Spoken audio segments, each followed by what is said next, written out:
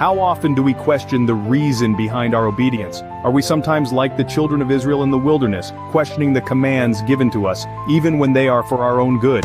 In the ancient biblical narrative, we find a fascinating story that beautifully illustrates the power of faith and obedience. This is the story of Moses and the fiery serpent. As told in the book of Numbers, the children of Israel, on their journey through the wilderness, were plagued by fiery serpents whose bite was deadly. In desperation, they turned to Moses, their leader. From the billowy cloud, Christ spoke to Moses, instructing him to craft a brazen serpent and place it upon a pole. The command was simple. Those who had been bitten were to look upon this serpent, and they would live. It was a test of faith and obedience. Imagine being in their shoes, suffering under the sting of the poisonous serpent.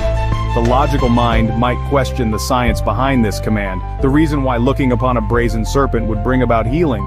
Yet the command was not about understanding the logic or the science behind it. It was about obedience, pure and simple. What if, instead of looking as Christ commanded them, they had said, "I do not believe it will do me the least bit of good to look. I am too great a sufferer from the sting of the poisonous serpent."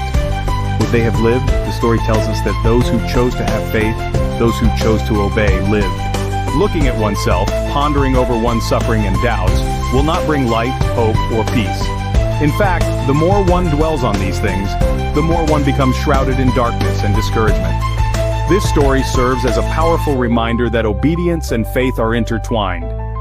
Obedience without faith is hollow, and faith without obedience is meaningless. It is a call to step out of the dark cellar of doubts and into the upper chamber of hope and faith. So, remember the story of Moses and the fiery serpent? Remember the importance of faith and obedience.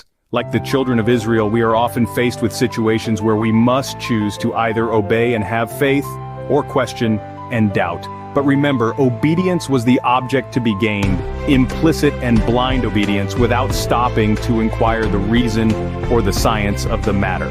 As we conclude this exploration of faith and obedience, remember to live faith, cultivate love for God, and magnify His holy name. If you have found this discussion insightful, do like, subscribe, comment, and share.